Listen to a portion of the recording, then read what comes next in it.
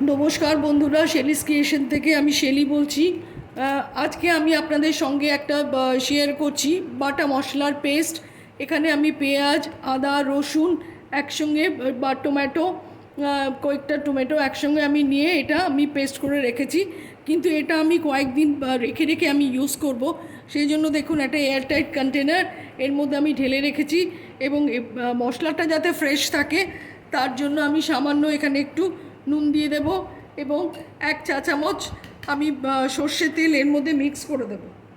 Mix করে দিলে এটা দেখুন আপনারা, এর টেস্ট একদম একই রকম থাকবে এবং মশলাটাও খুব ফ্রেশ থাকবে। এরপরে এটা আমি এয়ারটাইট করে এটাকে আমি ফ্রিজে রেখে দেবো।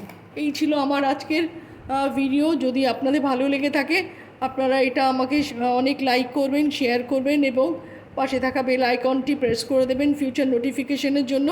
এবং আমাকে সাবস্ক্রাইব করে, এখনও যারা সাবস্ক্রাইব করেননি তারা সাবস্ক্রাইব করে আমার পাশে থাকবেন এবং অনেক অনেক সাপোর্ট করবেন।